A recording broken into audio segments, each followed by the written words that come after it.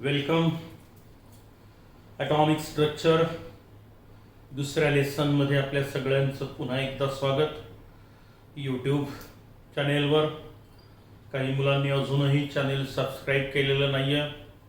Channel subscribe करा म्हणजे लवकर तुम्हाला नोटिफिकेशन मिळतं. त्यानुसार तुम्ही ते व्हिडिओ अगोदर पण पाहू शकता. खाली कमेंट्स पण लिहू शकता तुम्ही, तिथे खाली असतं पहा. यूट्यूब खाली संपल्यानंतर आपण लेसन कसा वाटला काय वाटला आपल्या ग्रुपवर टाकलं तरी चालेल. तिथे चॅनेलच्या खाली तिथेच टाका यूट्यूबवर, बरोबर आहे. तिथेही टाकल्या कमेंट्स तरी मला कळतात की कोणी कोणी वाचलेलं आहे, कोणाला समजलं कोणाला नाही समजलं, कुठे स्पीड कमी करायचा कुठे वाढवायचा, डायग्राम समजले नाही, आवाज आला नाही, काय जे असेल किंवा छान झाला सुंदर आहे सर कळलं तर तुम्ही तशा प्रतिक्रिया मला देत राहायचं चालेल. तुमच्या प्रतिक्रिया पाहून मलाही उत्साह येतो शिकवायला, नाही का. नाही तर मला असं वाटेल तुम्ही झोपलेले, मग मला काय मला पण झोप लागेल नाही. ठीक आहे, तसं होणार नाही. आता ॲटॉमिक स्ट्रक्चर मध्ये आपण पहिल्या लेसन मध्ये ॲटम म्हणजे काय पाहिलं होतं. त्यानंतर आपण प्रोटॉन आणि न्यूट्रॉनचे गुणधर्म बघितले होते नाही का, characteristics of proton and neutron. आता इलेक्ट्रॉन कडे जाऊया. तिसरा पार्टिकल, याला काय नाव दिले होते आपण. प्रोटॉन साठी मी काय लिहिलं होतं, P11 किंवा H11. त्यानंतर न्यूट्रॉन साठी 01 लिहिलं होतं आपण, बरोबर आहे. हा झाला प्रोटॉन, हा झाला न्यूट्रॉन NEU न्यूट्रॉन. आणि आता कोणाकडे जायचं आपल्याला, इलेक्ट्रॉन कडे जायचं आहे. काय आहे इलेक्ट्रॉन नेमकं. Electron it is a negatively charge material particle. It is a negatively charge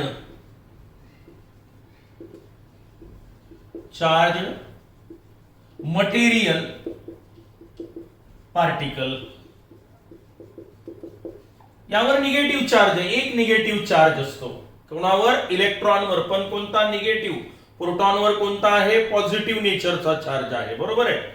म्हणजे आता इथे निगेटिव्ह नेचरचा चार्ज आहे. आणि the value of charge, magnitude of charge, value of charge present on electron,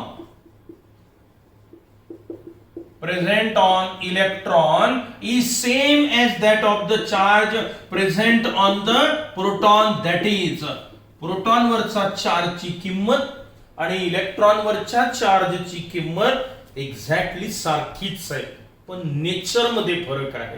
proton हा पॉझिटिव्ह चार्ज असतो, इलेक्ट्रॉनवर negative charge असतो. दोघांची किंमत सारखीच आहे, पहा तीच 1.602 into 10 to the power -19 coulomb. मग एक प्रोटॉन आणि एक इलेक्ट्रॉन जर मी जवळ आणला तर चार्ज काय होईल, एक पॉझिटिव्ह आहे एक निगेटिव्ह आहे. दोघांची किंमत सारखीच आहे, म्हणजे प्लस मायनस झिरो. एवढे प्लस तेवढाच मायनस. म्हणून एक प्रोटॉन एक इलेक्ट्रॉन जर एकत्र आला तर एकूण चार्ज किती, झिरो. कारण एकावर पॉझिटिव्ह दुसऱ्यावर तेवढाच निगेटिव्ह चार्ज आहे. आता mass of the electron, electron हा अतिशय लहान पार्टिकल आहे. Mass of one electron it is 1837 times less than mass of one proton. एका प्रोटॉनच्या मास पेक्षा एका इलेक्ट्रॉनचं मास हे 1837 पटीनं कमी असतं.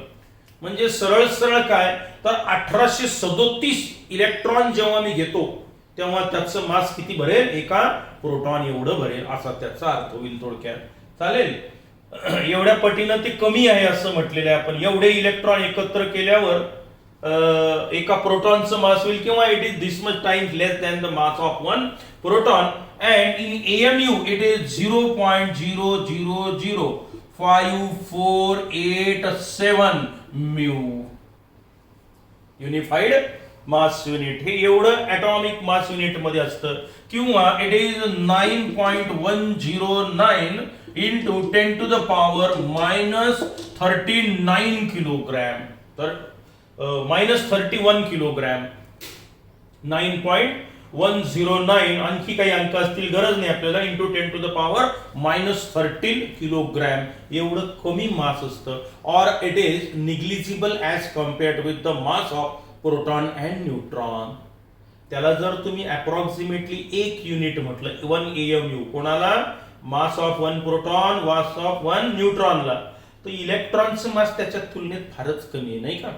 मग हे लाईकली टू बी 0 कन्सिडर करतो आपण 0 म्यू किंवा निग्लिजिबल. ऍक्च्युली तो 0 नाही आपल्या सोयीसाठी आपण म्हणणार आहोत पण त्याला एक्झॅक्टली लागलं तर हे एवढं. आता इलेक्ट्रिक फील्ड मधून जर मी इलेक्ट्रॉनला पाठवलं तर काय होईल. इलेक्ट्रॉन कोण आहे निगेटिव्हली चार्ज पार्टिकल. मग इलेक्ट्रिसिटी मधून पाठवलं तर कोणत्या प्लेटकडे तो आकर्षला जाईल पॉझिटिव्ह प्लेटकडे. So in electric field it is deflected towards the positive plate. Electron is deflected towards positive plate. It is present outside the nucleus, that is in extranuclear part. Electron नेमका कुठे असतो atom मध्ये. It is present outside the nucleus or in the extranuclear part of the atom. Present in extra nuclear part. बरोबर.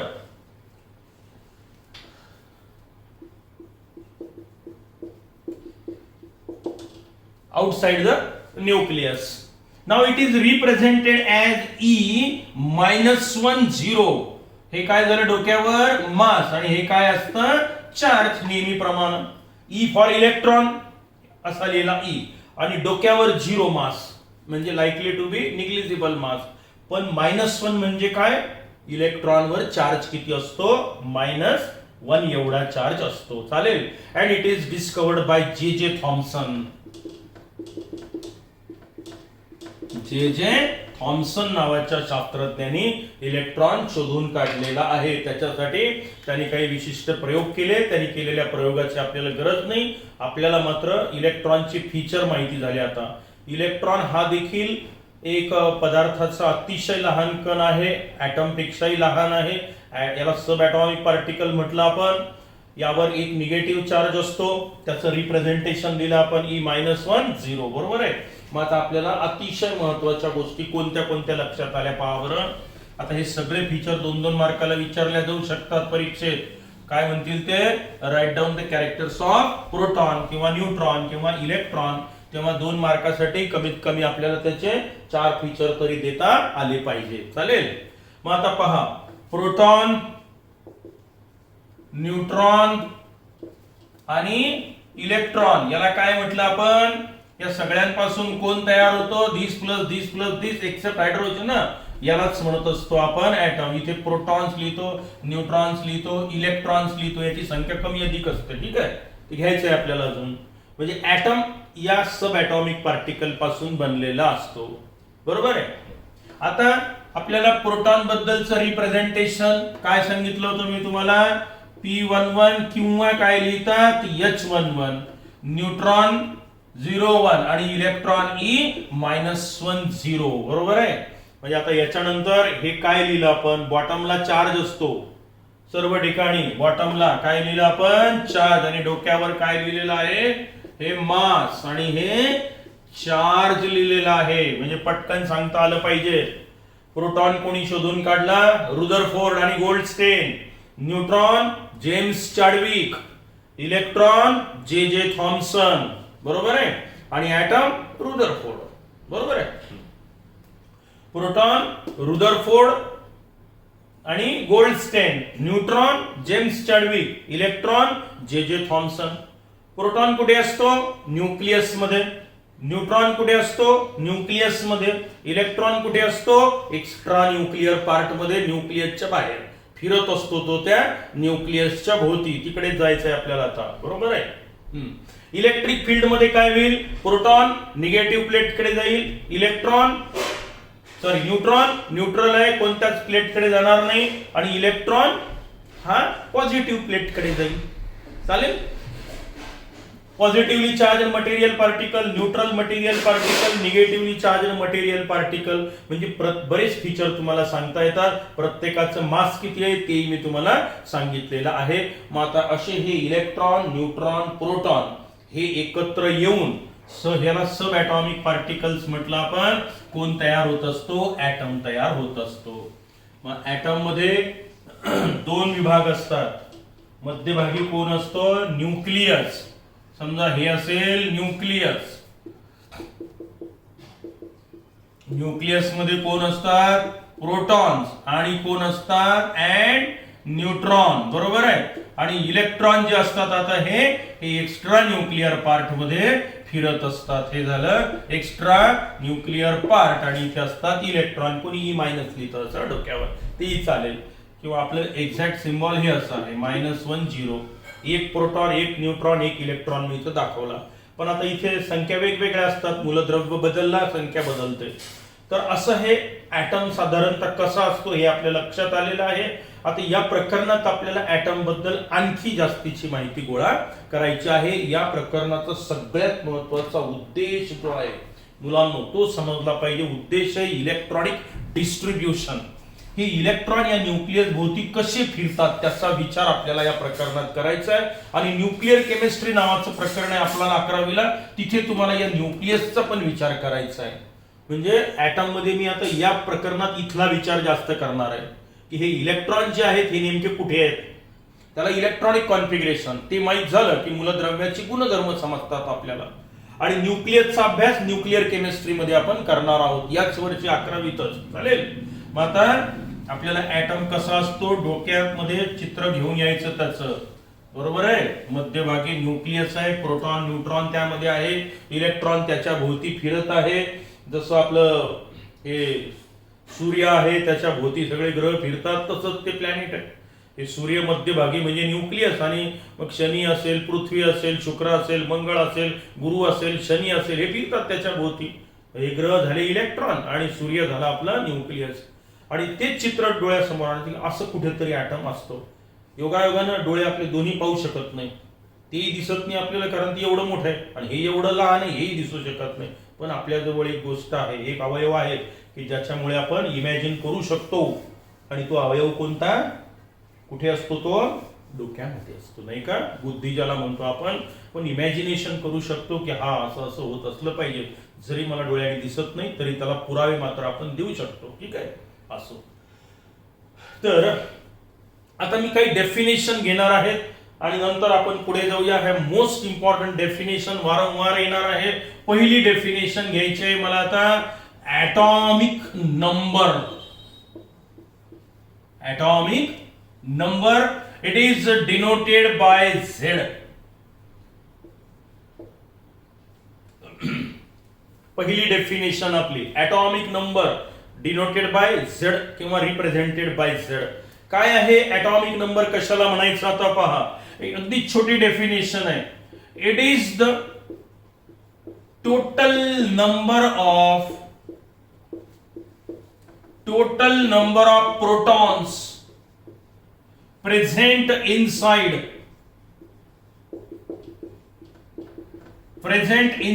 the nucleus of the atom of the element.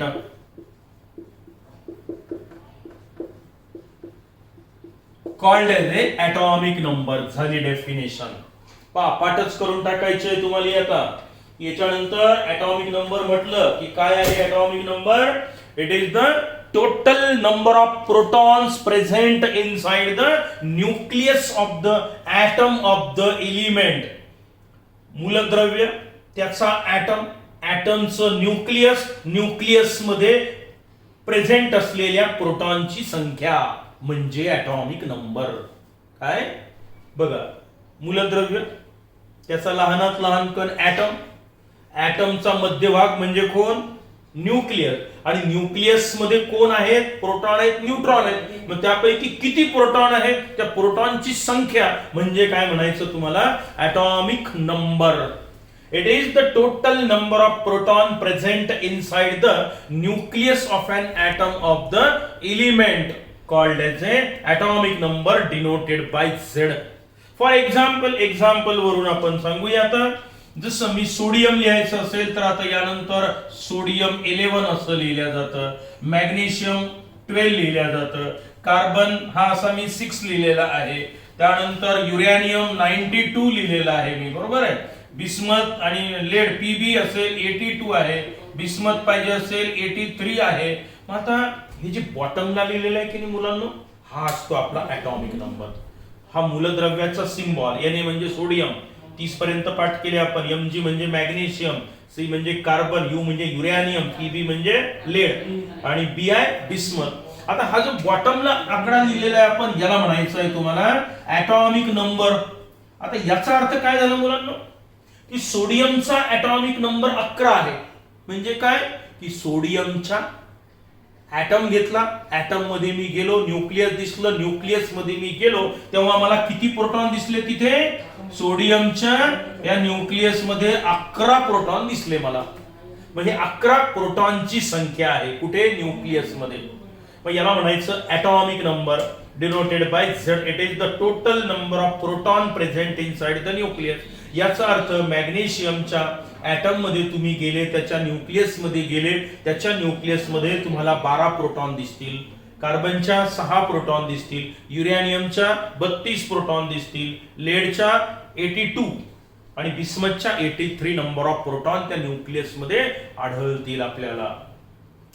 आता कोणताही atom neutral असतो, मग nucleus positively charge, atom neutral म्हणजेच काय, जेवढे positive charges तेवढेच negative charges पण ॲटम मध्ये असलेच पाहिजेत. आता हे न्यूक्लियस मध्ये आहे तर एवढेच निगेटिव्ह चार्जेस, म्हणजे इलेक्ट्रॉन इथे एक्स्ट्रा न्यूक्लियर पार्ट मध्ये असतात. म्हणजे जर सोडियमचा ॲटॉमिक नंबर 11 आहे, 11 प्रोटॉन आहे, तर इलेक्ट्रॉन पण तिथे किती असतील, 11च असतील. इथे 12 proton 12 electron, 6 proton 6 electron, 92 proton 92 electron, 82 proton 82 electron असतील. म्हणून आपण हीच डेफिनेशन अशी देऊ शकतो. आता काय, it is the total number of proton or electron present in the atom. सरळ सरळ सांगून देऊ आपण, ॲटम मध्ये असलेल्या इलेक्ट्रॉनची संख्या म्हणा किंवा न्यूक्लियस मध्ये असलेल्या प्रोटॉनची संख्या म्हणा, सारखीच आहे संख्या. आणि म्हणून पण आपण ही डेफिनेशन लिहिली तरी आणि हीच करून टाकू final. It is the total number of proton present inside the nucleus of an atom of the element, और it is the total number of electron present in an atom of the element. Nucleus नाही म्हणायचं आता इथे, electron कुठे असतात, item मध्ये म्हणा, extra nuclear part मध्ये असतात. It is the total number of proton present inside the nucleus, और total number of electron present in the atom of the element called as a atomic number. मग आता हायड्रोजनचा atomic number 1 म्हणजे काय, एकच proton आहे, एकच इलेक्ट्रॉन राहील, बरोबर आहे. मग आता ॲटॉमिक नंबर म्हणजे काय माहिती झालं, Z लिहितो आपण, नंबर ऑफ प्रोटॉन म्हटलेला आहे मी याला, बरोबर आहे.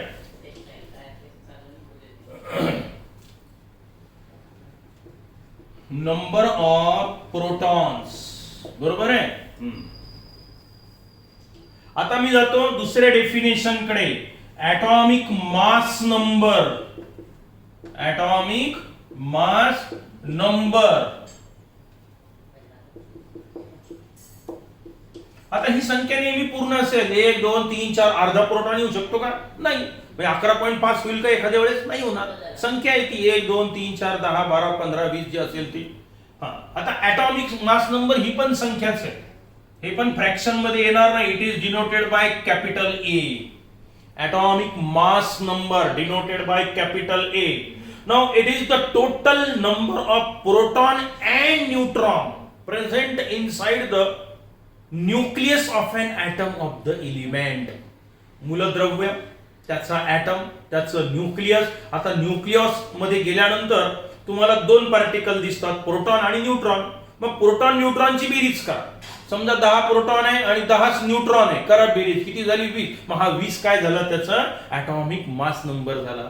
मग याची व्याख्या काय, it is the total number of protons and total number of neutrons present inside the nucleus of an atom of the element called as a atomic mass number. आता ही पण फ्रॅक्शन मध्ये नाही येणार. बेरीज 4 प्रोटॉन 4 न्यूट्रॉन 4 आणि 4 8 झाले. ना अर्धा प्रोटॉन राहणार ना अर्धा न्यूट्रॉन राहणार, म्हणून ही संख्या पण कधीच फ्रॅक्शन मध्ये तुम्हाला दिसणार नाही. ॲटॉमिक मास नंबर हीच त्याची व्याख्या. It is the total number of proton and total number of neutrons present inside the nucleus of an atom of the element. Atomic mass number साठी A, total number of proton म्हणजेच atomic number denoted by Z plus total number of neutron साठी मी capital N लिहितो. हा फॉर्म्युलाच तयार झाला आता एक. A is equal to Z plus N. A म्हणजे कोण? Atomic mass number. म्हणजेच कोण? प्रोटॉन न्यूट्रॉनची बेरीज. हे Z म्हणजे प्रोटॉनची बेरीज आणि कॅपिटल N म्हणजे काय? Total number of neutron. यालाच आपण न्यूट्रॉन नंबर पण म्हणू शकतो. पुढची डेफिनेशन घेऊया आपण. Total number of neutrons present inside the nucleus of an atom of the element called as a neutron number. मग न्यूट्रॉनची बेरीज आणि प्रोटॉनची बेरीज म्हणजे कोण झालं? Atomic mass number. आता फॉर एक्झाम्पल हे असं लिहिलं जातं, ऑक्सिजन 8 16, कार्बन 6 12, सोडियम 11 23, त्यानंतर युरेनियम हा 92 to 35. आता याचा अर्थ समजतो का पहा बरं तुम्हाला? बॉटमला जे लिहिलं ते काय असतं? नेहमी ॲटॉमिक नंबर बॉटमला लिहितो. म्हणजे ऑक्सिजनच्या न्यूक्लियस मध्ये 8 प्रोटॉन आहेत, म्हणजेच 8 इलेक्ट्रॉन एक्स्ट्रा न्यूक्लियर पार्ट मध्ये आहेत. Carbon 6 proton 6 electron, sodium 11 proton 11 electron, uranium 92 proton 92 proton 92 electron. आता डोक्यावरचा नंबर काय सांगतो? प्रोटॉन न्यूट्रॉनची बेरीज किती आहे? 16. मग आता 8 जर प्रोटॉन असेल तर न्यूट्रॉन किती असले पाहिजे? 8. कसे काढले? 16 तून 8 काढून टाका. हे बघा, हाच फॉर्म्युला. तुम्हाला आता न्यूट्रॉनची संख्या काढायची. मग n इज इक्वल टू काय होईल मुलांनो? a minus Z. बरोबर आहे. हा n काढायचा आहे. काय केलं आपण? 16 वजा 8. 16 वजा 8 म्हणजे किती झाले? Is equal to 8. युरेनियमचं काढा. 235 वजा 92 143 झालंय. हे झाली तुमची न्यूट्रॉनची संख्या. हे 11 दुनी 22 म्हणजे 12 इथे. सोडियम 11 23, 11 प्रोटॉन आणि 12 काय असले पाहिजेत? न्यूट्रॉन असले पाहिजेत. काही अडचण? मग आता प्रोटॉन न्यूट्रॉनची बेरीज म्हणजे कोण असतं? ॲटॉमिक मास नंबर असतो. ही संख्या पण नेहमी पूर्ण असते. मास नंबर कुठे लिहिला जातो? डोक्यावर. ॲटॉमिक नंबर कुठे लिहिला जातो? बॉटमला. बरोबर आहे. मग जर आपल्याला ॲटॉमिक नंबर माहिती असेल, मास नंबर माहिती असेल, तर आणखी काय काढता येतं आपल्याला? न्यूट्रॉनची संख्याही काढता येते. कसे? Neutron number is obtained by subtracting atomic number from mass number. तुम्ही मास नंबर मधून ॲटॉमिक नंबर वजा करा, आपल्याला न्यूट्रॉनची संख्या मिळते, ज्याला आपण न्यूट्रॉन नंबर म्हणू शकतो. मग number of total number of neutrons present inside the nucleus of an atom of the element. हळू घेतो जरा. काय?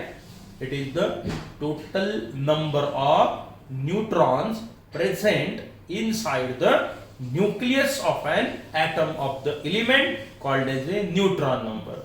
Total number of proton present inside the nucleus of an atom of the element म्हणजे proton number म्हणजेच atomic number. and the sum of total number of proton and total number of neutron is called as a atomic mass number. मग आपल्याला आता 3-4 definition माहिती झाल्या. Atomic number म्हणजे काय, atomic mass number म्हणजे काय आणि न्यूट्रॉन नंबर म्हणजे काय आणि त्याचं फॉर्म्युला, त्याचं रिलेशन आपसात काय आहे तेही तुमच्या लक्षात आलं का? पहा बरं. मग आता 3 डेफिनेशन माहिती झाल्या तुम्हाला.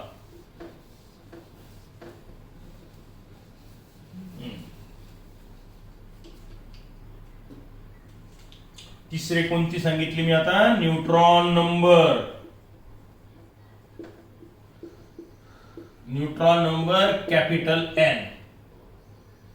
बघा आता तिन्ही डेफिनेशन एक पाठ करा, बाकीच्या सहज सांगता येतात. ॲटॉमिक नंबर म्हणजे कोणती संख्या? प्रोटॉनची किंवा इलेक्ट्रॉनची. ॲटॉमिक मास नंबर म्हणजे कोण? प्रोटॉन न्यूट्रॉनची बेरीज. आणि न्यूट्रॉन नंबर म्हणजे कोण? न्यूट्रॉनची संख्या. मग n आणि z, z प्लस n हा प्रोटॉन हे न्यूट्रॉन याची बेरीज म्हणजे कोण असतो आपला ए असतो. हे झालं त्यामधलं रिलेशन. काही अडचण आहे का? मग आता तिन्ही डेफिनेशन सांगतो आणि हा लेसन पूर्ण करतो आजचा. ॲटॉमिक स्ट्रक्चर मध्ये हा आता दुसरा लेसन आहे. पहिल्या लेसन मध्ये आपण प्रोटॉन आणि न्यूट्रॉनचे गुणधर्म पाहिले होते, बरोबर आहे. नंतर आज इलेक्ट्रॉनचे गुणधर्म आणि हे 3 डेफिनेशन आपण घेतो आहोत. Atomic number, it is the total number of protons present inside the nucleus of an atom of the element, or it is the total number of electrons present in the atom of the element. चालेल. नंतर atomic mass number, it is the total number of proton and neutrons present inside the nucleus of an atom of the element. ठीक आहे. आणि neutron number, it is the total number of neutrons present inside the nucleus of an atom of the element and the relation between them Z+N is equal to A. आणि आता हे कुठे कुठे लिहितात आपण बघा. मूलद्रव्याचा सिम्बॉल आणि त्याचं रिप्रेझेंटेशन, जसं मी ऑक्सिजन लिहितो, सोडियम लिहितो.